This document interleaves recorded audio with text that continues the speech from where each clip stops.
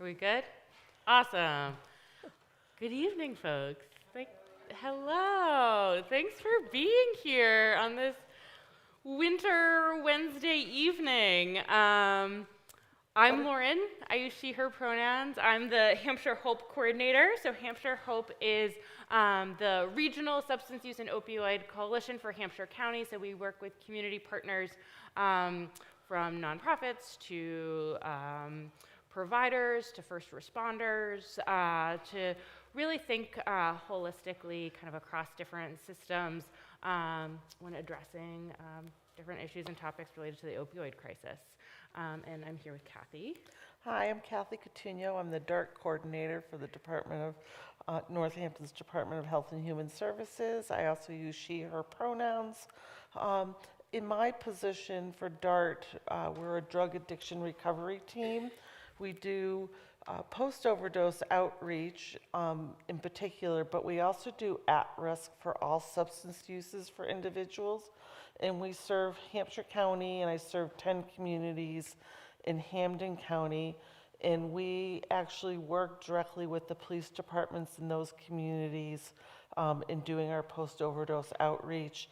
And we are now connected with our DCC here in Northampton, also under our DHHS, and our community responders actually go out and do my post-overdose outreach with individuals, and we try to reach people within 72 hours after post their overdose to just see how we can help them. And it may be as simple as harm reduction, or they really want to go to treatment, and we help find them treatment from anywhere to recovery coaching to actually going inpatient. And that's what we do. Yeah. Oh, we lost the slide. I don't know that I did that. Oh. That's okay. While we're waiting for the slides to come up, so a big part of both mine and Kathy's role is doing community outreach and education around naloxone, commonly known as Narcan. So doing trainings like this, but also helping to make sure that folks are both equipped with the skills in terms of how to respond, but also having access to Narcan. So you have that available to you tonight. We'll also talk about the nalox boxes that are up around the city.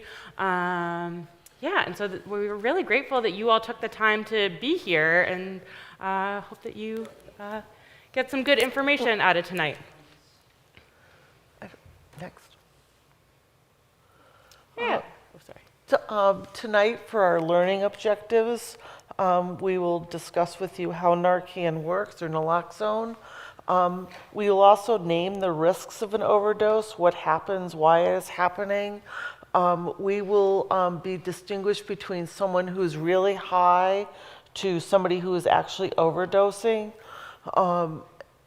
And I feel bad because I can't see this. That's okay. Practicing overdose response and how to administer naloxone.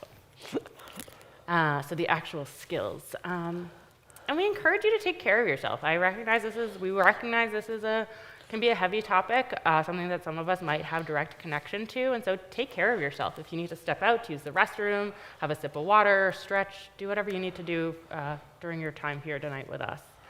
And also, if you have any questions, just feel free to ask them. We're a small group. When your question comes up so that we can address it. Yeah, we're a small group. It can be pretty interactive, conversational. And as we engage in conversation, we always like to start just by thinking about the role that language plays when thinking about this work, thinking about folks who are impacted by this work, folks who use substances or maybe are in recovery. And there's a lot of really harmful and stigmatizing language that unfortunately is very common in our culture, in our vernacular. And so also recognizing that none of us are perfect, we all make mistakes.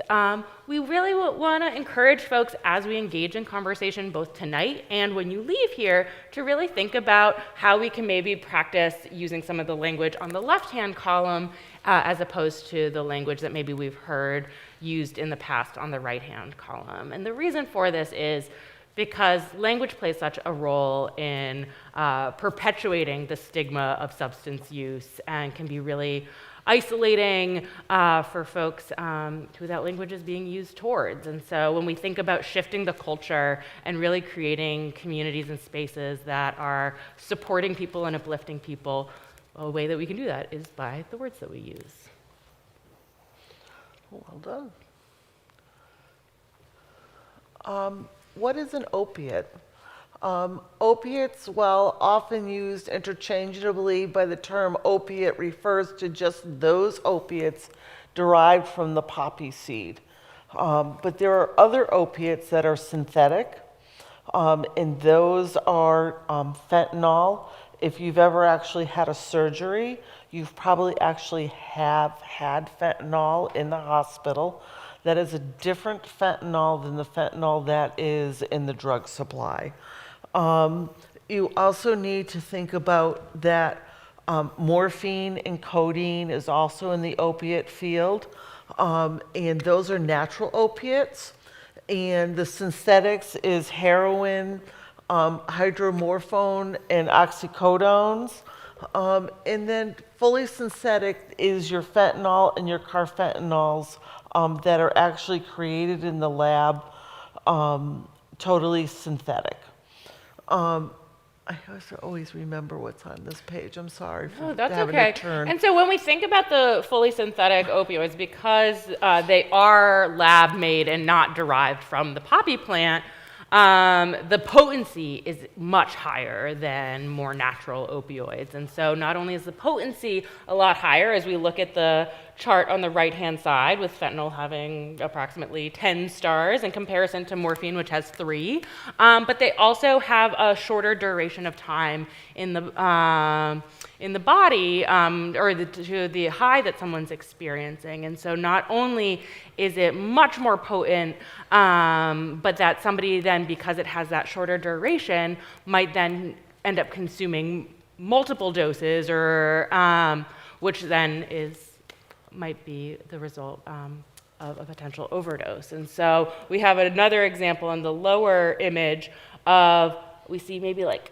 2 little like granulars of carfentanyl in that tube, as opposed to a full layer of heroin. And so that's seeing kind of the comparison of the potency in that little tiny granular of carfentanyl as opposed to whatever that measurement is of heroin. And so seeing that comparison. Right, and that's why overdoses have been so staggering in increasing over the years, is because when it was heroin and people were using pure heroin, their high would actually last for 6 to 8 hours.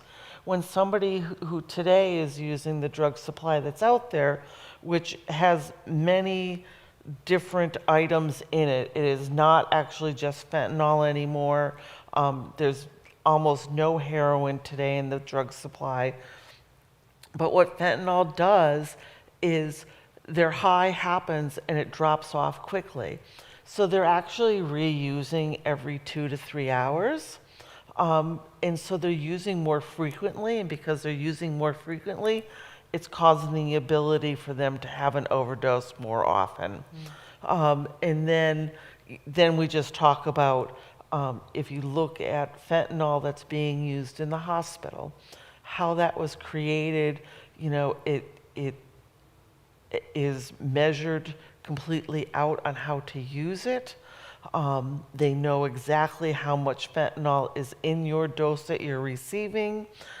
If it's a fentanyl patch, if you're a person who, there are people that use fentanyl patches at home, again, the dose is exactly what it's supposed to be, and it is used. Somebody who's using out in the community from the drug supply does not know exactly how much fentanyl or any other items are in their drug supply. And so that's the risk of having an overdose. Where does methadone fit in? Which category? Methadone technically is an opiate, Is it a semi-synthetic? is an opiate, but it is again used in the sense today regulated to actually maintain a particular level, and it helps block actually to have the craving to use. So that's how it's used as a MAT today. What is MAT? Medically assisted treatment. Yeah. Sorry. No, great questions. Yeah. Thank you so much. Oh, please, another question. Yeah. Is the fentanyl cumulative? I mean, if you take it, you get a high right away, and then you take it again. Is it because you're increasing your dose, or it's cumulative, so then you can have an overdose? I'm not sure. Is there another way? If you take it, you get your high, and as you come down, you take it again to get high. Yeah. Then you take it again to get high. Is it cumulative in your body so that then you can have an overdose without taking another big dose or a bigger dose? It's Just this little dose, little dose, and then right. It's two things. One is tolerance. So actually, they build a tolerance of the. So, say they start out with one dose, and as they work, days go on, all of a sudden their high isn't as high anymore. So they increase the amount that they're using. Okay, so they're building their tolerance. But the factor in that is that each time that they are using street drugs, they don't know the amount of fentanyl that is in their supply. So they might use the first dose and there was very little fentanyl in it just by the way it's mixed. So you have to think about this. Drug dealers are literally putting their drugs out on a kitchen table, and they're using spatulas and whatnot, and they're chopping it up and they're mixing it, and then they weigh it out and it's given. So you think about like a chocolate chip cookie. You never know how many chocolate chips are in a cookie, right? So the same thing with the drug supply. The first dose might only have one chip in it, but the next dose might have 2 or 3 or 4 in it, and that will cause the overdose. So there's two things here. And the other part to the tolerance is, in particular, we see people who, in particular, that are incarcerated, when they leave incarceration, they're very likely to overdose when they return back out to the community, because they will go back to using the amount they were using before they were incarcerated or before they were in treatment. Mm-hmm. You have now decreased your tolerance, okay? So the chances of them overdosing is high. So we really make sure, especially I know here at our Hampshire jail, they supply Narcan when you are released from jail. They actually have a recovery program, and they work that program really well at our jail. And then the same thing with treatment. We make sure when people are released from treatment that they have Narcan on hand. And we talk about using less is better as a harm reduction for those individuals, and just making it clear to them, if you're going to use again, you need to know that this could happen. A common phrase that lots of people use, but I feel like I hear Kathy use a lot, is like starting low and going slow. So starting with that low dose to see, especially if your tolerance has changed, to see how your body's going to react, given the potency, and extending it out over a period of time, knowing that you're only going to have that high for a short window of time. And so being really mindful of, starting with a low dose, seeing how your body reacts, seeing what your tolerance is, and not taking a lot at once or in a short window of time. Do I see another hand? Yes. Do you have the capability of analyzing someone's dose to tell them? We don't, but our incredible community partners over at Tapestry Health have the ability to be able to do drug checking for our community members. So anybody can utilize that service. And that's something that someone can do prior to using a batch that they have, so that they're making an informed decision to see what's in their supply. Or maybe somebody has a weird reaction that's not typical to the substance that they use, and they want to get it tested and checked after the fact. So, and it's only a very small portion, so it doesn't interfere with somebody's ability to lose their supply. But that's an incredible service and resource that Tapestry offers to our community members. We do have fentanyl test strips that folks, and we have those available on our resource table, and those are available just through us, through lots of different community resources in the area. So folks also have a way of being able to test their substances to see that all that will do is just determine, is there fentanyl in that substance. But in order to get a more holistic picture of what's in somebody's substance in terms of the various options, Tapestry is an incredible resource. Right. And it will not tell you the amount of fentanyl that's in your supply. It tells you that there is fentanyl. So we know that most likely an individual is still going to use that supply, but they know that fentanyl's in it, and that's where we tell them, go slow. And it's just a way to do a little harm reduction and help them. Yeah. Oh, please. I mean, the way you're talking about it, I'm wondering, is it actually illegal or not illegal Is what illegal? to take opioid drugs? If they are not prescribed to you, It's illegal. Yeah. The Tapestry is allowed. yeah. Yes. Yes. Oh, sorry. Go ahead. No, sorry. I didn't mean to interrupt you. Tapestry is a harm reduction facility, and they have received grant funding to be able to do that harm reduction piece for individuals in the community. And there was also legislation that went into effect last year Yep. that also really helps to protect, in Massachusetts specifically, that really helps to protect a lot of the different harm reduction services that Tapestry provides, given that obviously it involves folks using substances that are unregulated or illicit. Yes. What does an illegal substance look like? Like if someone I would know if I tripped over one, or, is it a powder, is it in a bag, is it in a Yeah. box? These are great questions. I will also say these are questions of things that we're going to get to. And so that's like, we have actually a whole slide on some of the ways in which substances might show up. And what they're looking like in terms of the counterfeit press pills. No, these are incredible questions. You're like reading our minds in some ways of like, oh, we're going to talk about that in just a minute. No, so these are great questions. Thank you. And we've talked a little bit about this already. We talked about the potency and strength of fentanyl in comparison to other opioids, that it has been used and is used in medical settings, but is increasingly found in counterfeit press pills. So Kathy was talking about kind of like the mixture of all different substances in the drug supply, so that you're not just getting a pure single substance.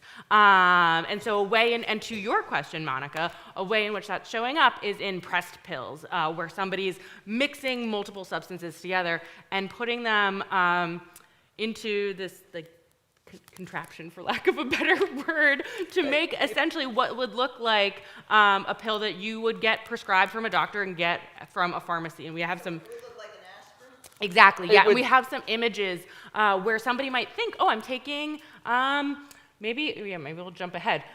Maybe I think I'm taking Xanax, but in reality, it might be a pressed pill with various substances in it, and not actually what somebody thinks they're taking. If they're not getting it directly prescribed by a doctor and getting it from the pharmacy, there's always that chance that it might be a counterfeit pressed pill. And we have these images where we have an example of what a real oxycodone tablet looks like and what a fake oxycodone tablet looks like, and same for Adderall. And they are very similar, and so it's hard in some ways to differentiate and be able to decipher, is this real or is this not real? But sorry. In back in like 2015, 2016, one of the big things that was happening across the country was prescription drugs were being stolen out of people's medicine cabinets, and that's what was being sold on the streets. And then that law passed that we talked about doing safe drug drop-off of your older supplies of medicine, to not have them in your medicine cabinet anymore. We passed the law to limit the number of medications that you can get for pain. You know, like you used to be able to get a 30, 60-day supply. Now you get a 7-day supply. That actually changed the street world. And I say that in the respect that when individuals were buying medications off of the street, and it was happening, they were actually getting real pharmacy meds.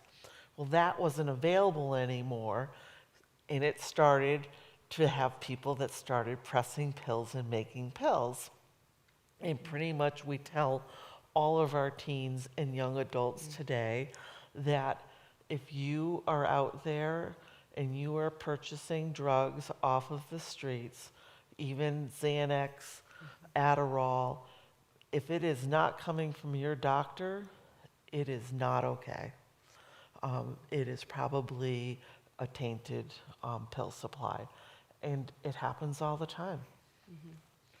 Thanks, Kathy. We'll jump Should we go back. back? Oh, we talked over here. Yeah, and then I think that just in terms of like, we've talked a lot about fentanyl. We also want to like dispel some of the myths around fentanyl too. Who here has heard maybe like that just being in the same room as fentanyl could cause someone to overdose, or having it touch your skin could cause someone to overdose? I know I've heard that. I'm seeing a couple hands. And so the reality is it's something that like needs to be like ingested in order to experience that high and therefore that potential overdose. And so we say that because that might be a barrier to somebody responding to an overdose, because they're like, I don't want to give rescue breaths to this person, or I don't even want to administer Narcan to this person or go near them if they have fentanyl in their system, because what if it's on their clothes and then it gets on me and I don't want to contract it. The reality is that's not going to happen. And so we really try to challenge and dispel those myths so that, again, we're breaking that stigma, but we're also eliminating those barriers to be able to respond and help somebody in that moment of crisis. I'm sorry, I think I saw a hand over here. Yeah. Are there treatments that actually work, rather than saying, okay, well, this is how you can do it safely? Yeah. How about if someone's been through treatment, what's the percentage that actually can stay clean? Yeah. I can't tell you the percentage of people who choose to enter recovery. I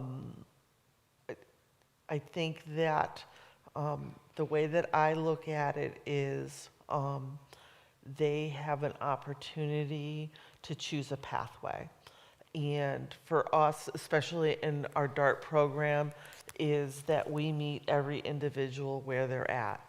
So to me, if I knock on someone's door who has recently overdosed and they tell me they're going to continue to use, I will tell you my response to them is that's okay. But let's talk about harm reduction. How can I keep you safe? How can I help you not overdose again or die? And those are things like making sure they have clean needles, about talking to them about going slow is better in your usage, to never use alone. Those are the conversations that we have with those individuals when they say that they're going to continue to use. And that's a reality. And that is something that we honestly face every single day.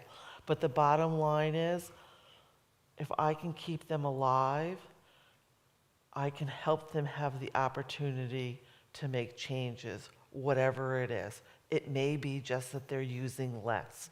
And it's about building a relationship with that individual and for them to know that there is somebody there that they can turn to for help. And it may not be that day. It may not be in 2 weeks. It may not be in 2 months. It could be in 6 months, but it does happen. And you have to think about the stigma piece that we pretty much treat every individual who is using drugs that they're a non-entity in this world and they are of lesser value. And it's really important for us, for them to understand that I'm not here to change you. I'm here to help you. And I will tell you that there's a lot of times that we are literally helping individuals first with harm reduction, housing, food, remaking doctor's appointments to get back into seeing their doctors. They may go to treatment, so it may be us bringing them to treatment and following up when they're released from treatment. It's a holistic viewpoint of looking at an individual.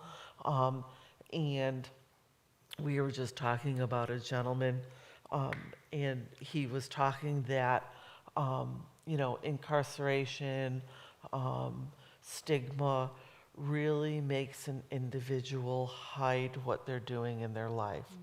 And it is detrimental to them. That is why people are dying. And it's just a very interesting way to look at things. And that's why some people choose to go on methadone as their treatment to start to get off of some of the street drugs. They might do Suboxone. It is a start. It is a change. And that was going to, yeah, Places where someone says, I don't want to do this anymore. yeah, Roller coaster, can you recommend a place? absolutely. Yes. Yeah, and that was the other thing I was going to say. And Kathy, can speak so much more to this because she's the one working with so many of our community members in these moments of kind of navigating their journey. But I think yes, we do have, there are a lot of different recovery and treatment resources. Not enough, but there are many different options for folks to choose. And I think something Kathy said before is there's so many different pathways to recovery too. So it's really thinking about the individual and what's going to be right for them. Maybe it's MAT, maybe it's peer recovery. There's so many different options, and so it's really thinking about what that person needs. And to your point of like a percentage, in some ways it would be so great if we had a percentage of this is how many people are in recovery. And although we can't name that, I think anecdotally there are so many people who have maybe struggled with substance use in the past and have chosen to no longer use drugs and are in recovery.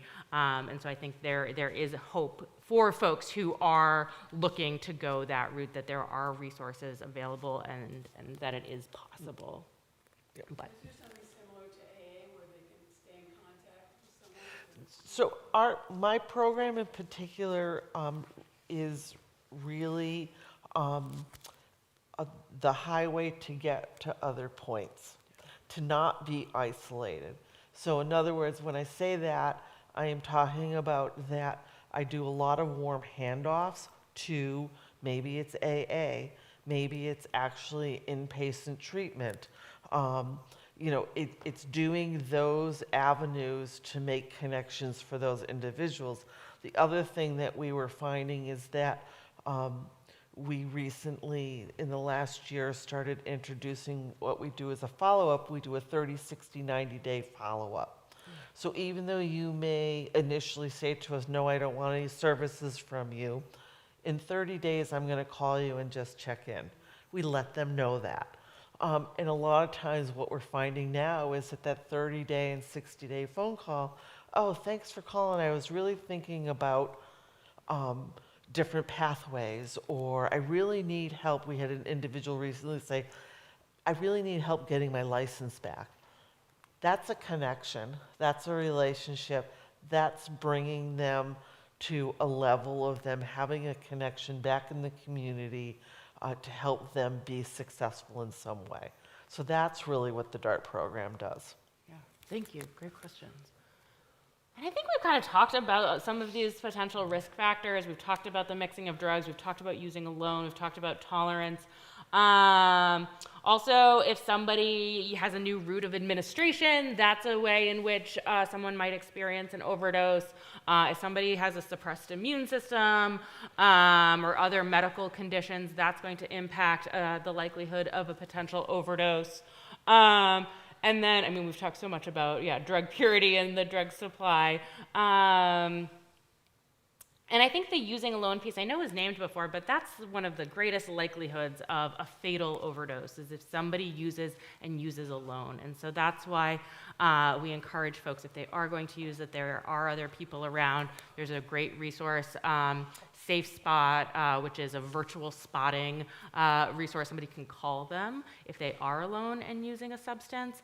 And they do a lot of great safety planning with that individual, so that if that person stops responding on the phone, they can make sure that emergency services can come and intervene in that moment. And so that's also why we're here, is so that if there are situations where we're either with somebody and they overdose, or we encounter somebody who has experienced an overdose, we want to be prepared to know what to do in those instances. But I'll stop talking. We've talked about this. We did this. What is an overdose? What does it look like? What happens is that the opiate attaches to the receptors in your brain, and it decreases your ability to breathe, okay? And so then your breathing slows, then your breathing stops, you have lack of oxygen coming into your system, and your heart stops. And then it's death. It's kind of morbid, but it's factual. So what happens is we can intervene actually in 4 of those levels, with Narcan being supplied to an individual.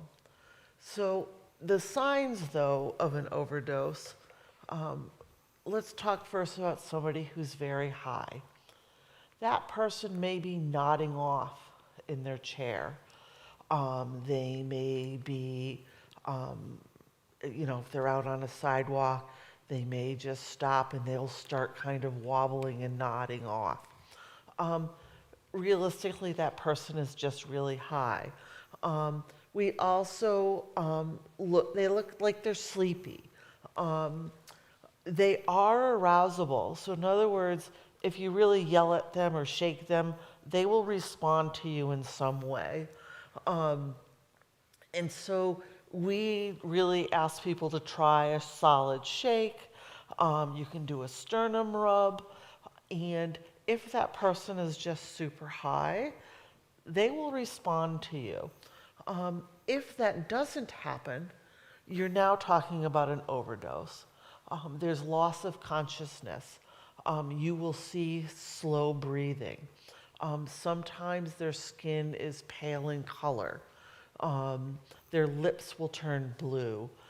When you do that sternum rub, there is no response. And a lot of times I tell people, you do a sternum rub and you yell in their ear, or you do the sternum rub and you say to them, I'm going to give you Narcan. A lot of times people who are very high will then respond to you because they don't want Narcan. They don't want to stop the high that they're having, okay? But all of those things won't happen if they are truly overdosing. So after the, you'll hear the breathing is slow. And I mean, like, they're almost gurgling when they're breathing. That's how suppressed their system is. And then at that point, it's time to call 911. So the first thing that you'll do. Yep, go ahead. The things on the list under very high, would those be someone that was also overdosed? Would they also be slurring their speech and nodding off? Those might be earlier symptoms, but if somebody's then overdosing, because they will not be conscious, like they're not speaking, so there isn't going to be slurred speech. Earlier on in their high, they may have experienced those signs and symptoms. But then if they've then gone to the point of overdosing, we're going to see does that make sense? Yeah. Okay. So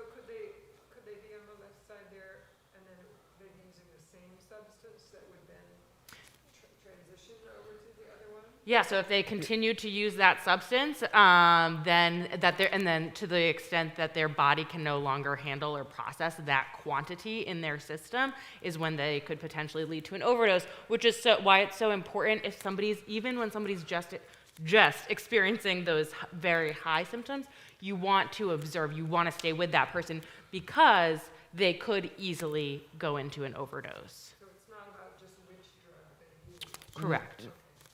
Yeah. Oh, and Are we talking just overdosing on fentanyl, or is it overdose other drugs? we're talking about overdosing on opioids specifically. Yeah. Yeah. Yep. Yeah. Great. Yeah. Thank you Yes. for naming that.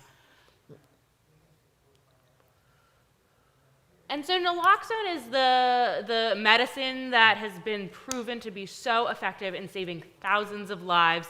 It temporarily reverses an overdose. So it doesn't eliminate the drug from somebody's system, but it gives relief to the body where somebody can regain consciousness, where they can stabilize their breathing. And it lasts with about 30 to 90 minutes in somebody's system. It's used the most readily available form of Narcan is a nasal spray. It also comes in other forms. You can do an intramuscular version, but the most accessible version, and what we have for you, is a nasal spray. It's a cartridge that you will put in someone's nose. It sprays into them, and it takes about 2 to 3 minutes to activate. It's not harmful, so if somebody doesn't have opioids in their system, it's not going to do anything to them. So I'm somebody, I don't have any opioids in my system right now. If I were to spray Narcan in my nose, I would not have any sort of negative reaction or effect. So it's not harmful to anybody. So that's something really important to note. And we really encourage folks that if you are going to have Narcan on you, that's great. And ideally keep it in kind of like typical room temperature. You don't want to expose it to extreme heat or extreme cold. Especially with the cold, it can freeze, but it also can thaw. And we have some stickers with some information about what to do if Narcan freezes or how to deal with freezing temperatures. But it's still usable even if it has been exposed to either of those elements. And it usually has about a 2-year shelf life. And even with that, even after naloxone's expired, it's still usable. It's still almost as effective as a brand new dose. And so we always encourage people that expired Narcan's better than no Narcan. So even if you look at the package and you say, oh, this expired in 2024, do I even use it?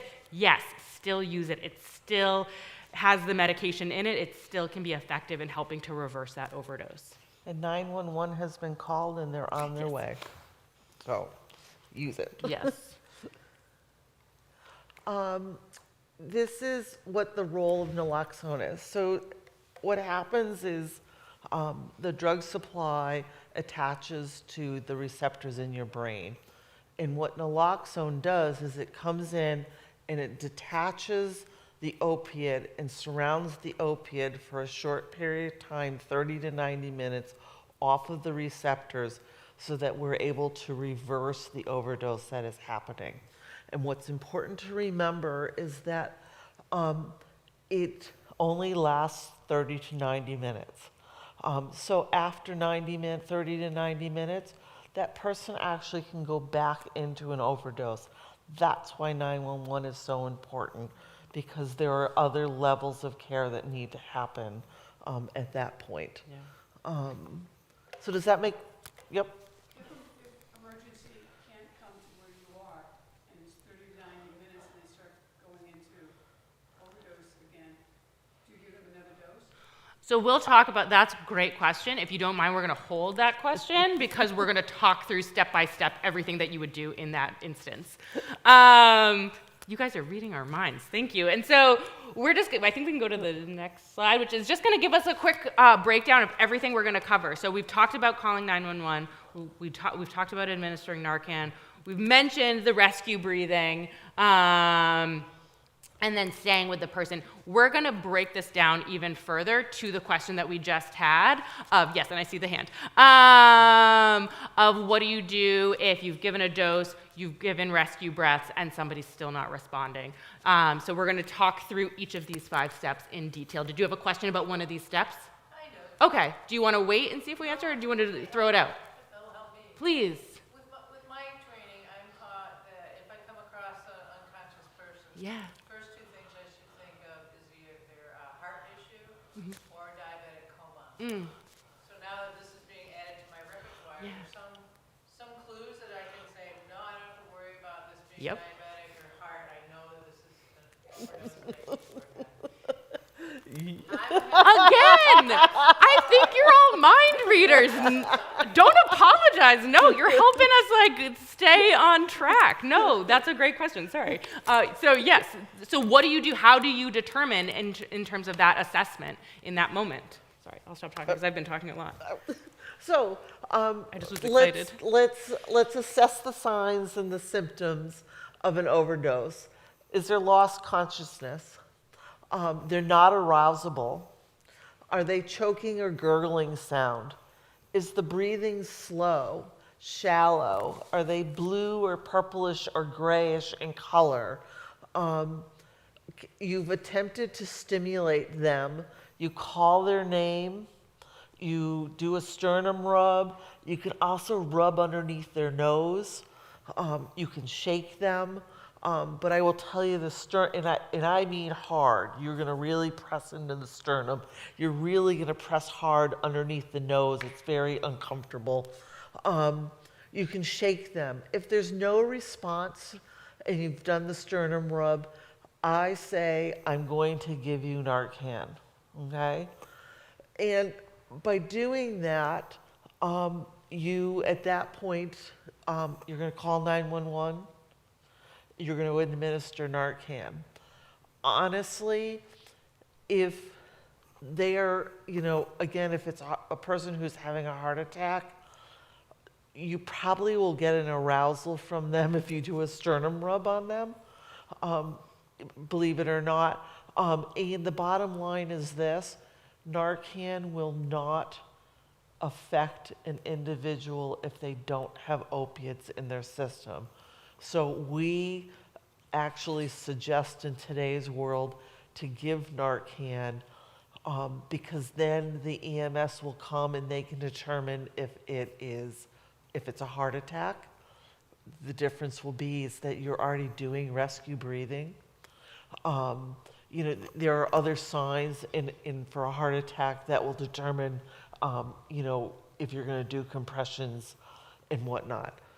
So for me, in today's world, I think Narcan first, determine heart attack, determine if it is a diabetic coma.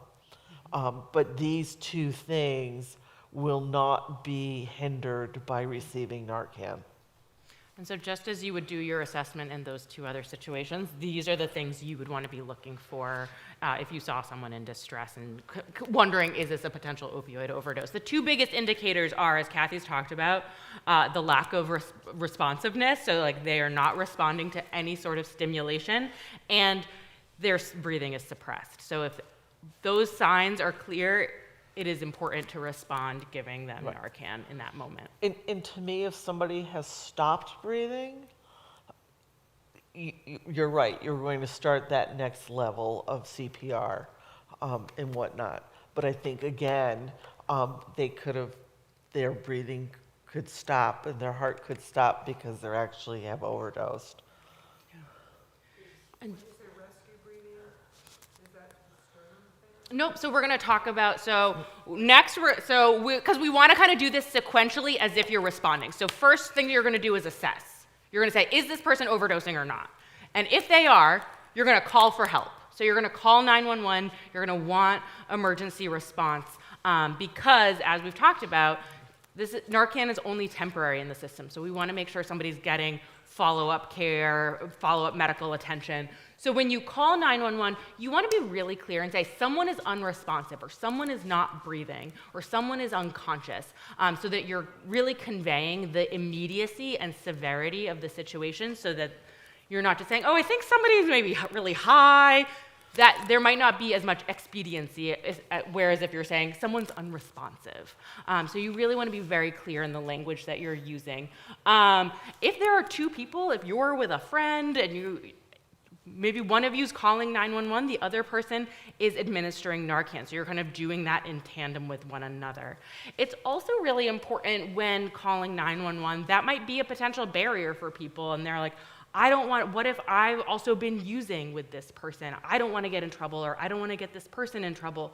There's the Good Samaritan law in Massachusetts, which gives protection for both the person who's responding to an overdose and to the person who is experiencing the overdose as well from any legal ramifications.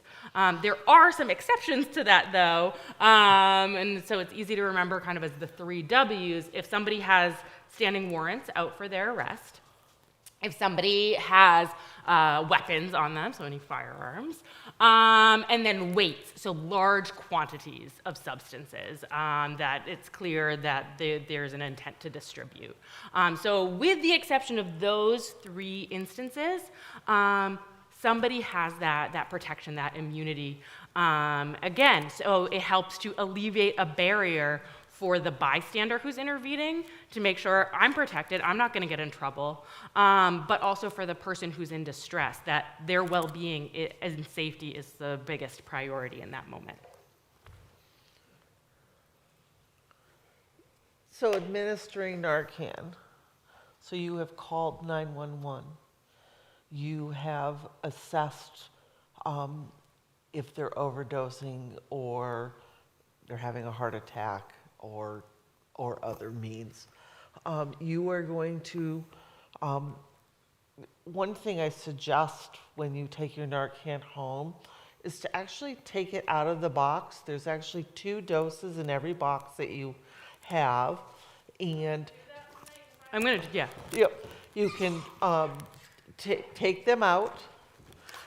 We included directions with them.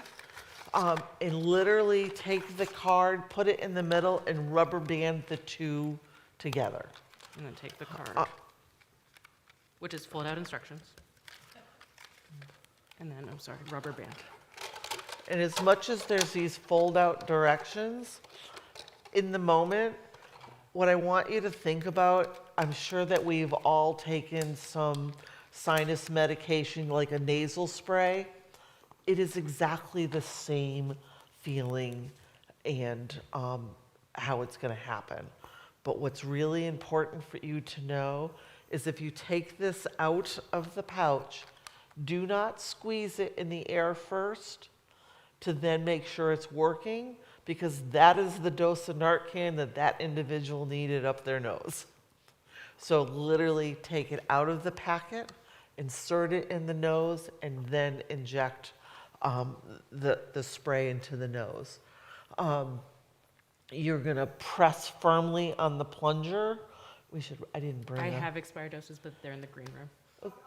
Oh, thank you. It's in the backpack, if you wouldn't mind bringing the backpack out. Thank you. So, and then you are going to wait 2 to 3 minutes before you administer a second dose. It takes 2 to 3 minutes for it to attach. And I will tell you that in the moment, it seems like it is going on forever. So, but just, I mean, we have incidences where people have reported that they've given 16 milligrams of Narcan to an individual. It is not needed. You know, what's more important is that you administer that dose, you check for breathing, you check for their heart rate, and you continue on. If there's no response after 2 to 3 minutes, you're going to give that second dose of Narcan. And I will be honest, probably most likely by the time you do the second dose, EMS will be pulling in, unless you're someplace super rural. But yeah, you can Would you like me to do a demo? Would one of you like to do the demo? Okay. So as Kathy said, it's just like as if you were doing a nasal spray or something. So imagine it's And they something might be this. able to see it squirt. Oh yeah, 'cause of with all the lighting. So did you see the kind of spray? So that's why if you press that beforehand. And then you'll see they'll- the plunger is now fully up, so that Yep. shows that it has been used. And so in that 2 to 3, oh, sorry, Oh, you ready sorry. to go to the next? I Oh, was sorry. going My bad. to make sure to mention that you're going to give one breath every 5 seconds, which is really important. And that's very important today because of what is in the drug supply. There are many sedatives that are now in the drug supply, so that even though you have given them Narcan and it has attached, if there's an opiate there, it's attached to the opiate, it's working on the opiate, but it's not working on the other sedatives that is in the person's body. So they will have repressed heart rate, they'll have even more repressed breathing, and so that's really important to do that. Yeah. And so what that looks like, and so I think we had, oh, please, yeah. I have a question before we Great. get to breathing. Do you have to position the person Yeah. to have an open airway and stuff, and what's involved? In other words, you don't, if they're sitting up or nodding over, you don't just put the Narcan up that way, or you So it doesn't matter the position someone's in for the Narcan, it does matter the position for the rescue breathing, which is why we're going to talk about rescue breathing. So yes, I swear, you guys are just like right on it tonight. Yeah, so so in that 2 to 3 minutes after you've administered that first dose, before maybe you consider administering that second dose, as Kathy said, you want to be doing that rescue breathing. So if we could go to the next slide, we have a great image that really helps capture. So you want to give two, and so you want to make sure if somebody's maybe in a chair or on a bed or wherever they are, you want to get them on a flat surface, so on the ground, lying on their back, to make sure that you can open up their airway. So exactly as you said, Monica, you want to tilt their head back with their chin, you want to pinch their nose, and you want to give 2 initial breaths. And then you want to give breaths every 5 seconds, really watching to see is their chest rising and falling when you give that breath. We also have, over on the table, great face shields that are available, and these can be used anytime you're giving rescue breath, whether in response to an opioid overdose or any other situation. And it's on a keychain. You can clip it to your keys or onto a bag. I keep mine on my keys. And that helps to create a barrier between the person administering the rescue breath and the person receiving it. So if you're worried about maybe is somebody going to aspirate as I'm giving them rescue breaths, or they're worried about germs or whatever the barrier might be, it helps to alleviate that so that somebody is making sure they're giving that person those rescue breaths for that duration of time. Am I missing anything? Yes. I'm making an assumption. Yes. I just want to ask if I'm Please. thinking about it correctly. Since it doesn't matter if they're breathing or not, the position doesn't matter one way or the other, you're not counting on them inhaling the Narcan, it's attaching to the mucous membrane. Yes. Observed that way. Absolutely, yeah. I know, you all should just be up here. Yes, absolutely. And to the question we had earlier of, what if you've given that dose? What if you've been doing rescue breathing for a few minutes and you're still not getting any response? That is a situation where you then would consider giving that second dose. As Kathy said, you don't want to be slamming somebody with multiple doses of naloxone because that's not going to cause anything good for the person receiving it. But if you've given that first dose, you've done rescue breathing for a few minutes, and you're still not getting a response, that's why every box comes with 2 doses as that additional dose. And then the hope is after you've done that second dose, you then do another round of rescue breathing for a few minutes, that in that approximately 6-minute window of time, hopefully emergency services are arriving to be able to then take over. Does that answer your question from earlier? Okay, thank you. Again, I was like, we're going to get to that, and we're going to get to that. These are such great questions, so thank you for really helping guide us in our conversation. Oh. Recovery position that you will, so a couple things may happen. One is you give that first dose of Narcan and they come out of the overdose and they are semi-alert. And at that point, it's really important to tell them I have given you Narcan, you have overdosed. I'm staying here with you. I have called 911. And then to actually lay them over on their side, so that in case they aspirate, they won't aspirate on whatever they're vomiting. They won't choke, they, They won't won't- yeah. suffocate, yeah. The other thing, you just, it's really important to be kind to that individual when they are coming back out. And I'll be honest, this is where if you give multiple doses of Narcan, actually what happens to that individual, you put them into perceptual withdrawal, and it is awful. And I am talking about the flu at 20 times to what the flu is to your body. You are talking about body shakes. You are talking about sweating. You're talking about them vomiting. It is just an awful, awful thing to go into. So if you use many doses, that's what happens to that individual. And yeah, you may hear people say, oh, they got really loud or they got very violent. You just put them into withdrawal to the point that they really don't have control anymore. So it's just really important to know two things. To have that kindness when they come around from their overdose, but also to be aware that yes, they may not be really nice to you when they first come out of that overdose, but it's also important to tell them that they had overdosed. And it's just really important. Is what you're saying true of one dose of Narcan? No, typically no. No, I mean, it will not be that withdrawal extent, level. yeah. No, and that's where, like an individual that got even like 8 milligrams or 16 milligrams, you are talking about that person. You'll watch it happen. I mean, they will be sweating.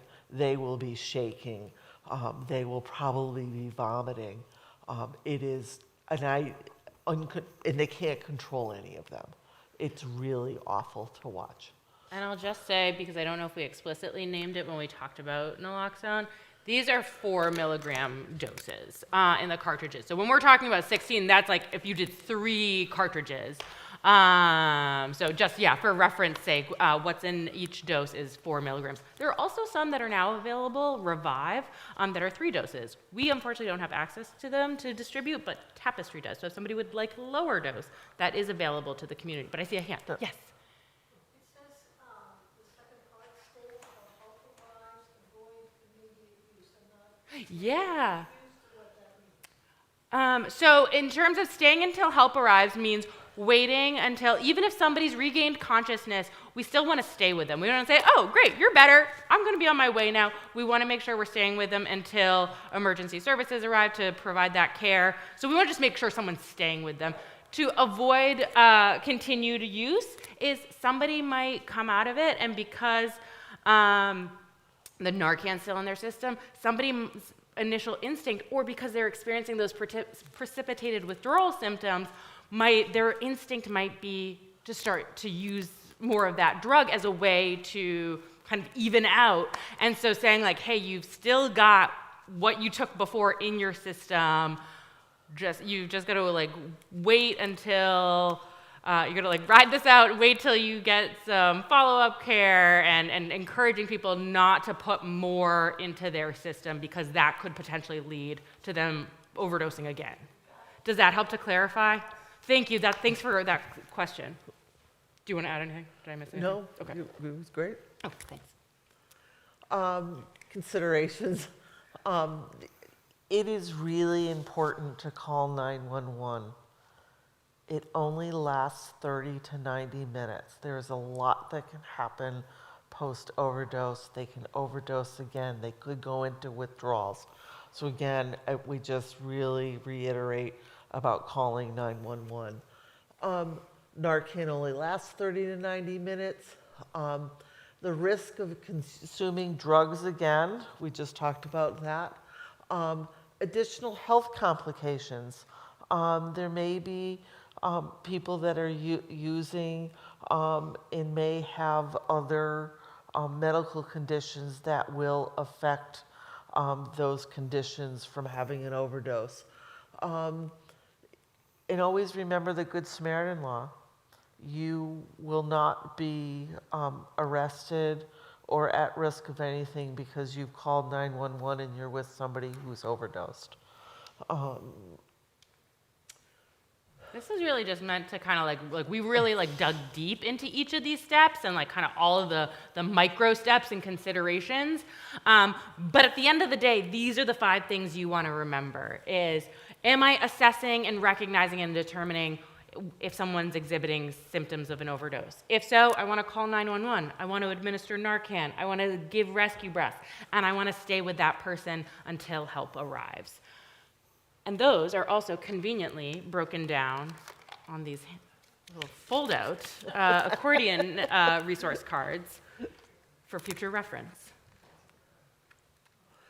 Naloxone is also available to you. So not only is it available tonight, and for our folks who are maybe enjoying and with us virtually, they can also access it through the different naloxone dispensers around the city. So the Department of Health and Human Services, which Kathy and I both work for, manages all of those boxes around the city. They're both indoor and outdoor dispensers where anybody can access doses of naloxone.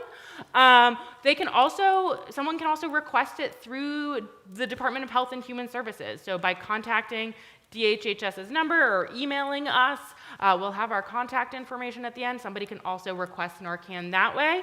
And we also have plenty of doses here tonight. So you're also welcome to take more than one if you want to give one to a neighbor or a friend or a partner. We really want to make sure that people have access. Put one in your medicine cabinet. Put one in your purse. There's just different. Yeah, and conveniently here at Bombix. And if you have multiple floors and multiple bathrooms on it, I mean, this is in particular that if you are a family member and know that you have a family member who is using, it's really important to have Narcan available in many places in your home. Yeah. Yes. Can I ask about rescue breathing? Oh, please. What you're doing is blowing into their mouth? Yes. And it's like a really hard, like, could you sort of do it right now for like, Yep. Yep, exactly what you did. Yeah, so you want to like pinch their nose so that all of the air that you're breathing, you want to give a deep breath as you just did, and make sure that it's not like your mouth is right on their mouth, maybe with that barrier in between if you choose, really so that you're seeing that chest rise. If you aren't seeing the chest rise, that's an indication maybe I got to give a stronger breath into their mouth. you do look to see? Yep. Yes. Yeah, thanks. That's a great question. Yep. The other thing I'll say is we're also so grateful for community partners who have offered to have boxes available, Bombix being one of them. So as you leave tonight, you can see one already mounted on the wall. We've got another one down the hallway. So a big thanks to Bombix, who since the fall were the ones who had requested for boxes and also requested for us to come do this training tonight. So really grateful for community partners who help to make this medication and these resources accessible to our community members. We also just want to share resources. So in addition to myself and Kathy and the work that's done on a local level with different agencies and resources, which we have plenty of on the table, we also just wanted to highlight a few of Learn to Cope is right over in East Hampton. They're also a national organization, but we're lucky enough they have a brick and mortar site right next door, town over, and they work with families who have a loved one who is maybe navigating issues related to substance use or have lost a loved one to substance use. So they specifically work with families. We have the Northampton Recovery Center right down the road here in Northampton. There's other recovery centers across Western Mass, but we're lucky enough here in Northampton to have the NRC, and they do incredible peer recovery work. And then we've also talked about some of the services that Tapestry provides. So we really want folks to know that there are some great resources right here in Northampton or right next door in East Hampton. And we talked about the Safe Spot helpline. That's the virtual spotting number someone can call if they're using a loan.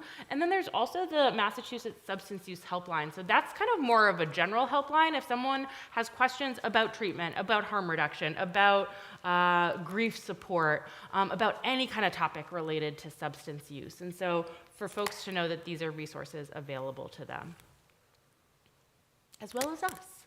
Yeah, sorry, I'll let you close this out. No, it just, thank you for having us. Yeah. We really enjoy being able to educate our community.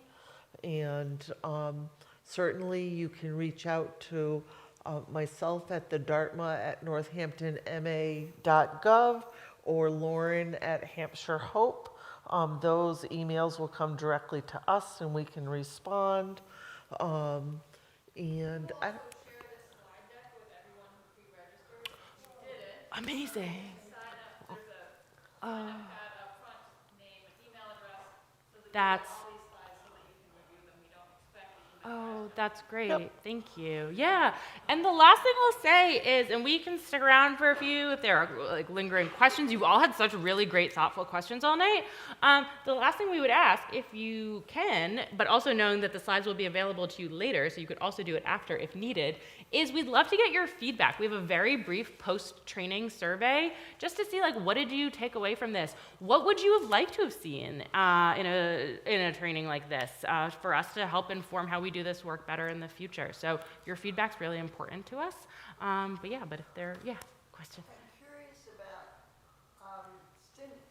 we talked about opioid overdose, and which is what was billed. Yeah. But there's something else, like with stimulants. Yeah. And can you talk about that? I would like to know about that. What's the difference? Absolutely. What's the difference, and, you know, and is there anything you do for that, or Sorry, you were going to say stimulants are tough.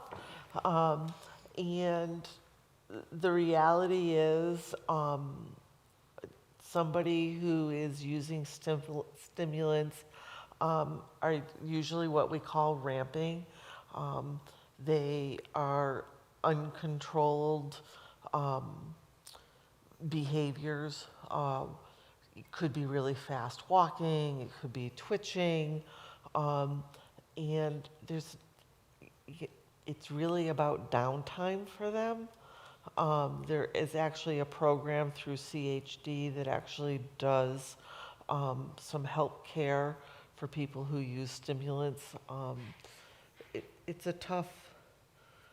a whole nother training, to be honest. Yeah, but I think that's also, when we talk about feedback, like that's something I'm hearing is like, hey, we would love to know more about stimulant use and what stimulant, like overdosing on stimulants looks like, and how do you respond in those moments as opposed to opioid overdose. Right. So like that's also really good feedback. There's not a medicine currently out there that would reverse somebody who's using stimulants. There are things to do. This particular program in Springfield, they actually have what they call a down space where the person can just go and be, so there's no other environmental stimulants happening to them while they're ramping in the moment, and gives them a chance to just kind of come back down. And then there is therapy and some other things that they can do for that individual. But it is, currently Massachusetts actually, I think is 5th in the nation for use of cocaine, which is 5th for cocaine use. and that's a stimulant. And that's a stimulant. Yep. Yep. Yeah.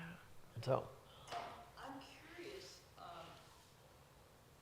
if someone is actively using, Yeah. maybe not at the moment I'm seeing them, Yep. but they do it a lot habitually, do they look gaunt and gray-skinned, and is that, or? More in particular for somebody who's used, there's cocaine is also called crack. And people who smoke crack and smoke crack for a really long time, they will have very severe weight loss. They will have dental issues. So yes, you will see that. And again, their health has just deteriorated. Somebody who is using opiates long term, they will also have physical changes. But what's more worrisome for somebody who's using opiates and injecting is the xylazine that's currently in the supply. Xylazine, which we didn't talk about really tonight, actually causes skin wounds, and not always at the injection spot. And those infections are horrendous. So, there's just all of these health things that we have to take into consideration. I currently work with an individual who has xylazine wounds currently on their legs. That is not where they inject, but it's tough. They're hard to heal. And it's really awful to look at. I think I saw another hand, yeah. Yes. Yep. Okay, so we talked about opioids and stimulants and alcohol. What about marijuana? Overuse of marijuana, daily use of marijuana? Are there programs that help somebody to, The NRC actually has a program at the Recovery Center in Northampton, has a group that meets there. Yes. and what about long-time use of marijuana? Are there enough studies that I mean, there's a lot of research coming out, I think, because the cannabis supply looks so different now than it did 10, 20, 30, 40 years ago, both in terms of like how it's consumed and also the THC levels, that there is a lot of emerging research. And I think like to have that like over an extended period of time, I think because it's more of a, not so recent, but I think we're seeing so many changes in what cannabis use looks like now versus it did 20 or 30 years ago, that there is a lot of emerging research of what that looks like, but not necessarily, I think. Yeah, and we actually just read about a recent study. It was talking about the use currently of marijuana with individuals, and I am honestly forgetting, there is a disease factor that happens with individuals who use large amounts of marijuana in their body. It causes, especially in teens, it may present as always feeling nauseous or body sweating, and like the only relief seems to be like taking a shower. And it's actually caused from excessive use of marijuana. We are now also seeing that happening in adults. And I wish, and I'm very sorry that I can't remember the name of it. Yeah. And that research just came out. And there's a lot that's changing. It's been legalized. And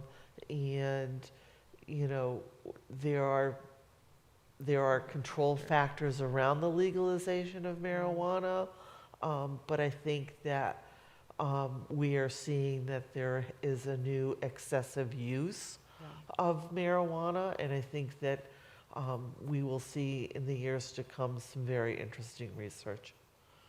Yeah, Yep. thank you. Oh, yeah. Can you speak a little bit about the interaction with law enforcement? Yeah. At what point does someone using drugs just get picked up and then what? I'm going to let Kathy, since so much of her work is that exact interfacing. Kathy works with our police departments across the region, so I will let you definitely take that. You are our expert. So there are different levels. So in my particular work with the DART program, we actually have officers in our community police departments that have chose to become DART officers. They are not out to do arrest regarding substances. They are there as a community connector and a person to help those individuals in their communities that are struggling with substance uses. It could be, hard drugs to alcohol and whatnot. And so they actually come to us, and one way would be they would say, I have this individual who's at risk. So we will reach out to that individual before an overdose happens to help that individual. Now, let's be realistic. A police officer pulls you over and you're arrested for an OUI, which is you're drunk and you've been arrested for an OUI. That's what the law is. If you're pulled over and they find drugs in your car, depending on the amount of drugs that are found in your car, will determine the level of the severity of your outcome to that arrest. We typically, we do not intervene at those arrest calls. That's not our program. Our program is about people who have overdosed, and typically the first person on a scene when 911 calls is actually a police officer. It's not that we are arresting people who are overdosing. We are there to help. They are there to help. And so we have implemented this program to intervene and help in that level. But I will tell you that at times what does happen is I will get an at-risk referral in that, a DART officer that will put in and say, Joe got arrested for an OUI, and we, an officer had a talk with him and mentioned the DART program, and he may be interested in services from the DART program. And we will reach out to that individual. We're not there to be involved in any sense of the legal ramifications that individual is involved in, other than at that point, if they ask for help, we will support them, we will give them resources, and we will help them in any way that we can. Does that answer your question? I will also say, just to give Kathy a little shout out, that the DART program also does a lot of great training for our police departments across Hampshire County, as well as the 10 communities in Hampton County that Kathy works with. So I know Kathy's doing some training tomorrow with some with law enforcement, but also then working with each individual police department. So I think they're also getting that training and education on really understanding the nuances and dynamics of folks who are using substances. Right. And most of the actually, I don't know of an officer who's never not told me this. They have chose to be a police officer because they want to help individuals. They're not choosing to be a police officer because they want to arrest somebody. They're in their service because they want to help the community. They want to help individuals. And this just became, when this really became an epidemic, our police officers saw the need to how can we really help these individuals. We have determined that arrest and incarceration for drug use or, holding a small amount of drug supply is not the answer or solution. It doesn't change that individual and how they look at their drug use. And I think that's really important to think about. And Unlike ICE. yeah. I mean, why could the police be looking for, Well, people using drugs and arresting them? Like, no, you're saying no, that's not. they are not. And in most of our police departments, Sure, of course. yeah, and most of our police departments actually do deflection. And in Northampton, we actually have a substance use court. So it can be determined at their hearing If they choose to do the drug court, it's usually an 18-month program. And if they are successful at that program, then their charges will be dropped. And, you know, there's one in the Belchertown courts, our Northampton courts, Springfield court has one, Westfield has one. So there is a lot of deflection that is going on to help individuals, you know, that are having contact with police departments. I'm so grateful for all of your questions tonight, both now and just throughout this training. And I also want to be respectful of all of your time, too. And so I wonder if this is a good kind of pause point to kind of conclude the training, but know that you are welcome to individually check in with myself or Kathy as we are wrapping up with any questions. And also to please, if you have a couple minutes, would like to grab any resources if you didn't get a chance to do that beforehand. So we will definitely still stick around and chat one-on-one, but if folks do need to head out, we want to just be mindful of that as well. But a big thank you to all of you and to our folks online. Thank you. Yeah, thank you. It's great to have you.